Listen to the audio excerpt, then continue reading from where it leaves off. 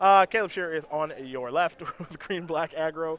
Tyler Hill's on your right with 4 colors Healy. So the last time we had Caleb Scherer on camera in week 1 of a standard format, he was trying to do the gain 40, nug you out. Aetherflux Reservoir. On paradoxical outcome. Yeah, he was trying a full-blown combo. I was expecting, especially with Ether Revolt being so powerful and so combo focused, I was expecting something a little more ambitious than green-black snakes. Yeah, I'm a little disappointed. I am a little disappointed, Yeah. but it's cool to see him expanding his range a little bit. This is typically not what he does. It's more combo-centric. Very combo-centric. Yeah. So I'm happy about this, at least. Oath of Nissa here from Tyler. And now I'll pass the turn back over to Caleb. Caleb will play a Blooming Marsh, and we'll head back over to Tyler. Remember, Caleb Scherer, number 8 on our SCG Tour rankings. He was the runner-up of the Players' Championship last year. Lost in the finals to his good friend and teammate, Joe Lissette. So he is no slouch at the card table. This is a Forest, and this is a Servant of the Conduit for Caleb as well. So we'll be heading over to Tyler Hill in just a moment. So we have not seen it in action yet, but it would be good to get Winding Constrictor up on the screen here, as it is a new card, and it informs a lot of the cards that Scherer is also playing. I do want to learn a little bit more about Winding Constrictor. The snake, a lot of people were excited when this card was previewed. Now, black and a green mana, 2/3, already a good deal. If one or more counters would be placed on an artifact or creature you control, that many of those counters +1 are placed on that permanent instead. If you would get one or more counters, you get that many of those counters +1 instead. So this is all a very complicated way of saying +1 on all your counters doesn't work with Planeswalkers. Got it. You just made that way easier for me. Yeah. So thank you. Also 2/3 for 2, so not a bad deal. Already a good deal as far as I'm concerned. 2/3 for 2, you already got me picking up the phone. You don't need to give me a whole lot more on that. Nissa. Make a plant. Here for Caleb, and they'll be passing the turn back.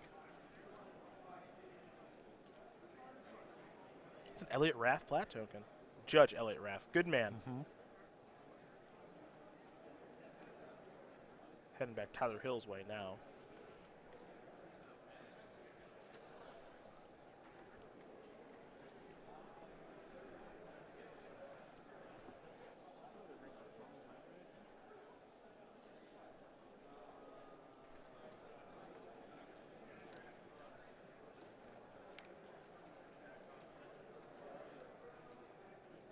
Here comes an attack. Going to go after Nissa, will Tyler Hill.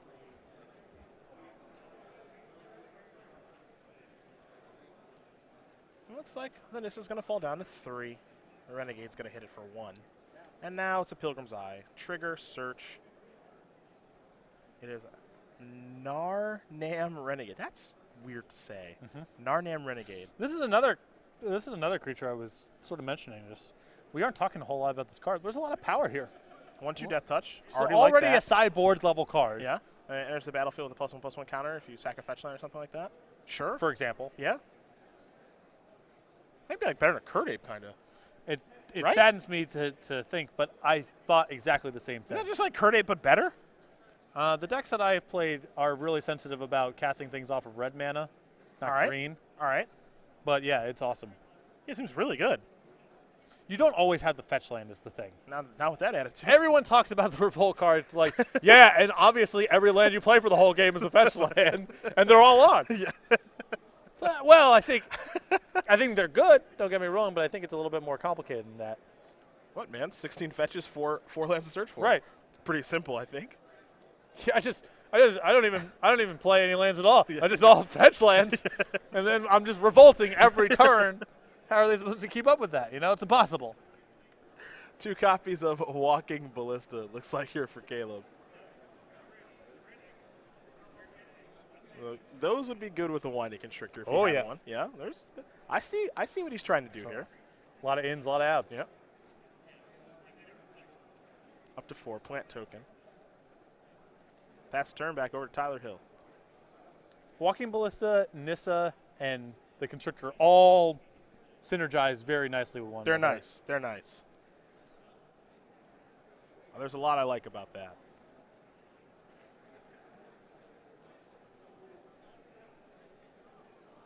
Tyler with an Oath of Nissa, basically every color of mana at this point because he has 4 energy and a hub to go along with a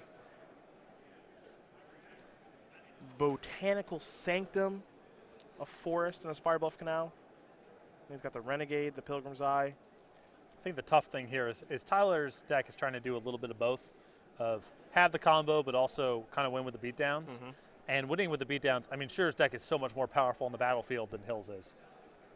Numbers, planeswalkers, the efficiency of his threats, it's much better. Looks like Nissa's going to fall down to 2. This is Oath of Chandra. I'm going to sacrifice the Ballista here, I'm sure.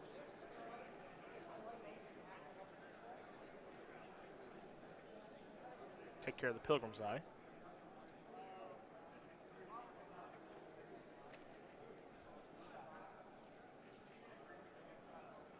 Tyler will play a Plains. Yeah, he's just every color, basically.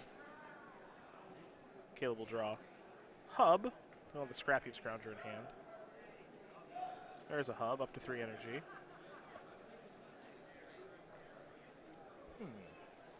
Another Nissa in hand.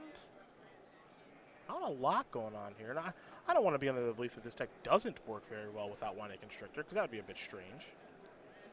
I mean, you can still play creatures and Nissa. That's a game you can play. Yeah. Nissa and Westvale Abbey. It's a game you can play. That's a game you can play, yeah, that's fair.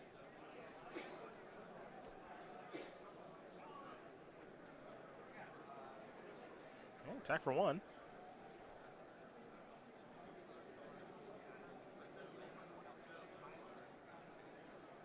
So time to get scrappy.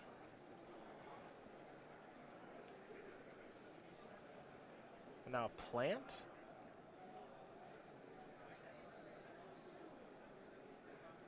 And a pass. So that's Caleb Scheer's turn. What's Tyler Hill's turn?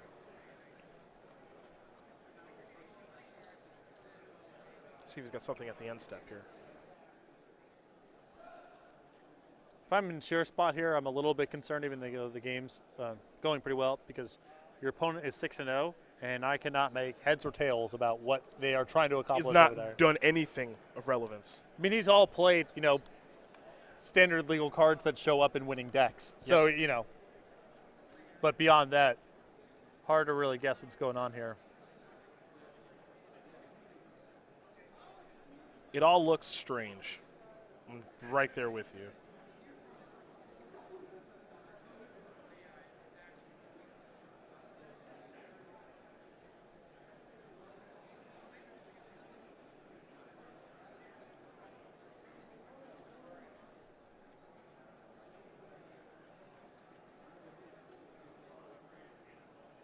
There's an attack for 3, going to go after going to go after Nissa. It's going to fall down to 2. Botanical Sanctum. And pass. All right, over to Caleb. He'll draw. Slow game.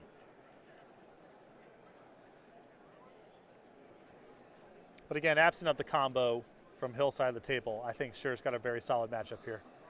Another copy of Walking Ballista. And I'm going to cash in Nissa. Okay. There's a Harness Lightning. It's going to go after the Walking Ballista. Sack that, take 1. Now these creatures will each get a counter. So Walking Ballista up to 2/2. Scrounger's up to a 4/3. That's coming to the red zone. Hill's going to fall down to 14. Grasp of Darkness and Nissa still here for Caleb. Yeah, pretty safe to play Nissa here. Going to plus up to 4, make a 0/1 plant token again. And now we're going to pass to Tyler Hill, who'll draw a card for the turn.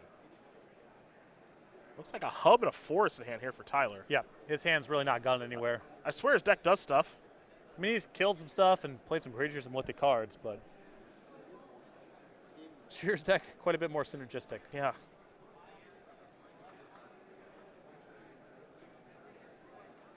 Same block that we've seen so many times here from Caleb. Down to 3. Hill pass. Untap.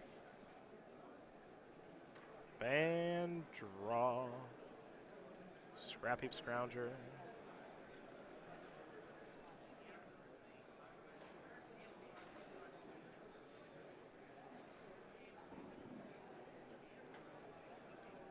There's a scrounger. Yeah, might as well just tick this down, make these creatures larger. I mean, at this point, it's just about getting them dead, I think.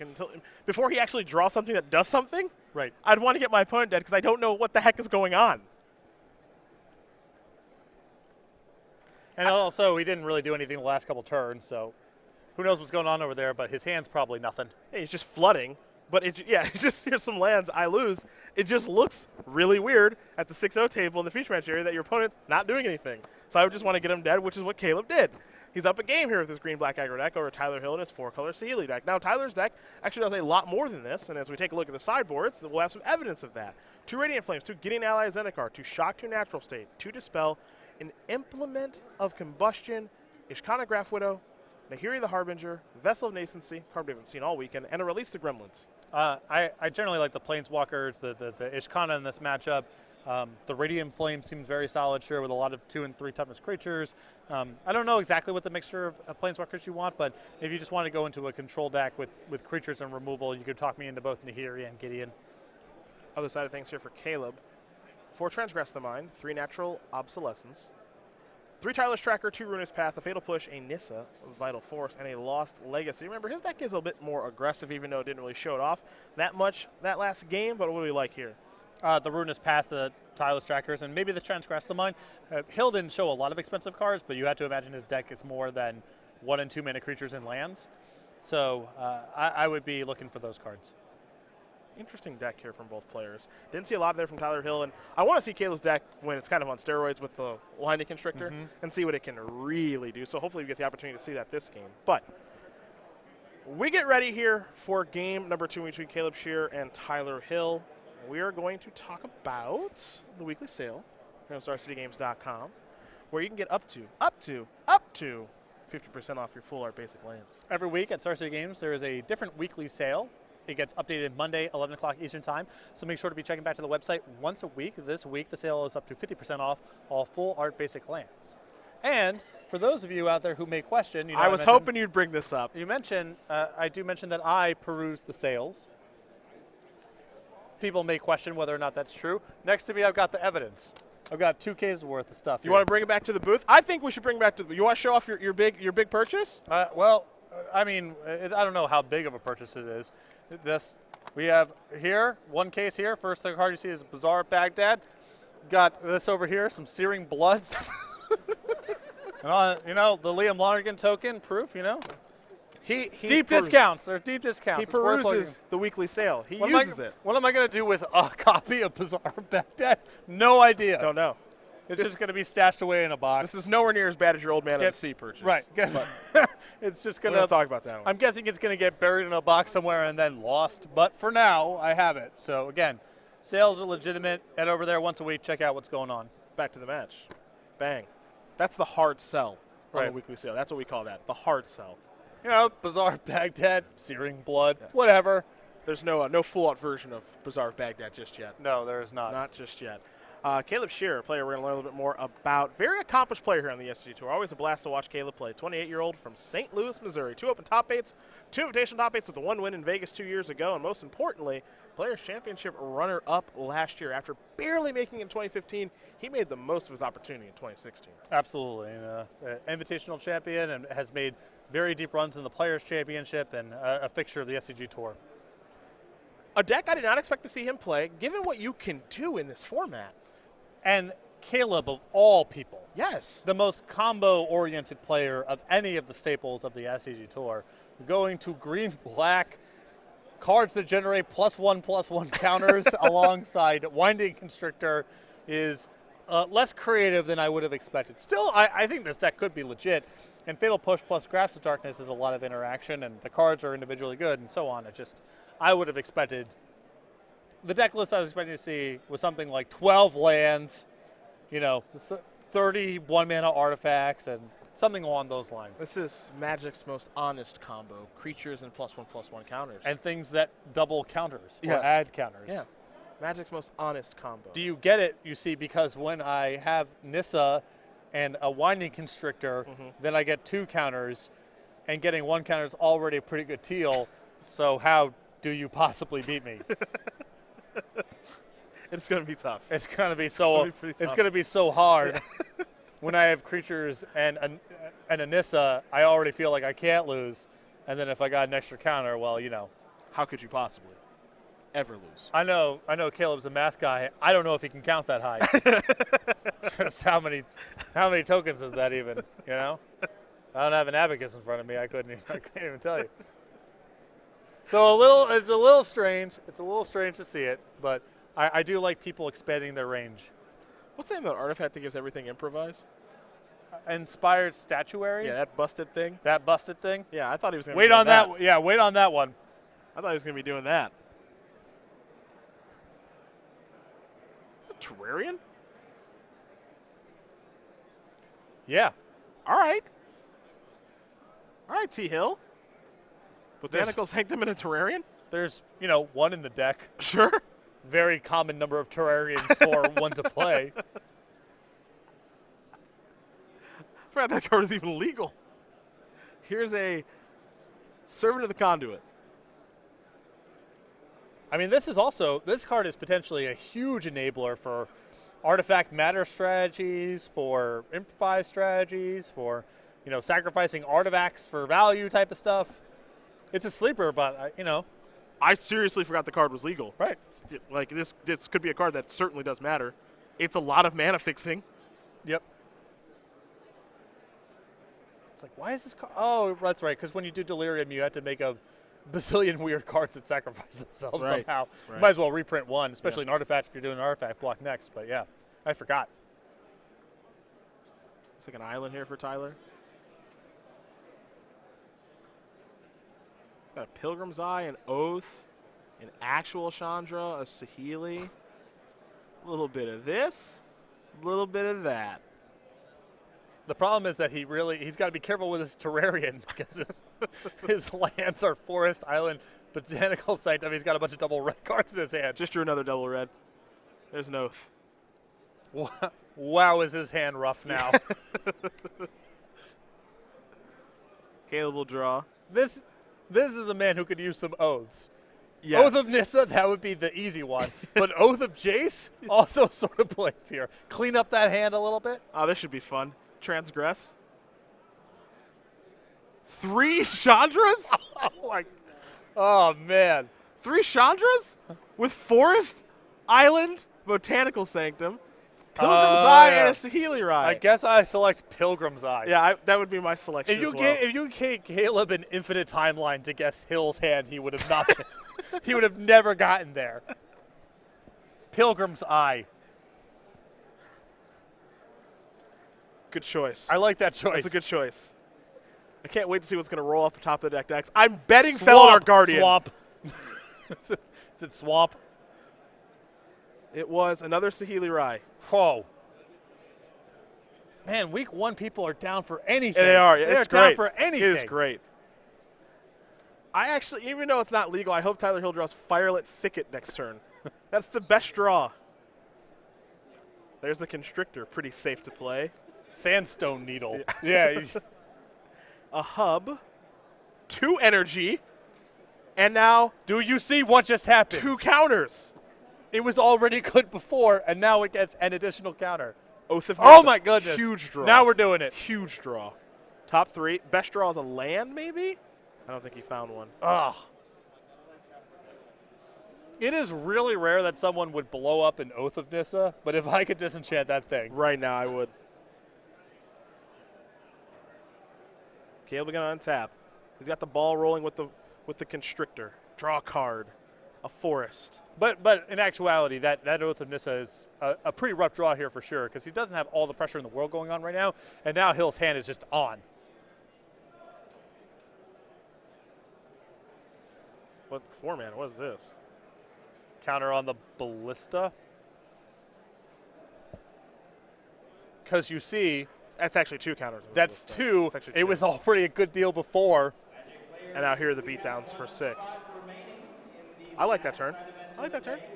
Yeah, no real point in casting the Transgress because No. his hand's so saturated with Planeswalkers, and he may not even be able to cast one next turn. It's kind of a whammy there. The Botanical Sanctum was the draw. Tyler Hill's going to play Saheeli Rai off of an Oath of Nissa. Gonna plus it, I think. Yes. Scry. Tingu. 4, 5, 6, 7, 8. Felidar Guardian there? I think he's dead. Yeah, because it's 8 and then 6 more is 14. Yeah, you just put a counter on the thing, attack for 8, and And then it's sack it for 2 6. counters. It's 2 counters. Excuse me. It's 2 counters. 2 of It's them. 2 counters. So you think he's D on the B? Yeah. If Caleb sees it? Draw a card. Served in the conduit. Energy flooded now. Because he gets 3 off of that. He does get 3. 7. Yep. Caleb he said, you're at 14. Counter. 2 counters. Attack you for 8. Put you to 6. Kaboom. We're all done here. Caleb Scherer going to win this match over Tyler Hill. Best of SCG Tour moment. What was that? I have no idea. I have literally no clue. Okay. Tyler's deck did nothing. Week one, people are just down for whatever. Green-black aggro, going to take care of 4-color Saheeli. Tyler's deck didn't do anything. Okay, so you can talk me into play a bunch of Planeswalkers, play a bunch of Oaths as a way of smoothing out and getting value along the Felidar Guardian Saheeli Rai combo. I can kind of get behind that. There's a lot of weird stuff going on in this list. Beyond that stuff, that did not look great. I've watched better matches. But, hey, I love them all. That's some of the fun. Some of them are great. Some of them couldn't be uglier.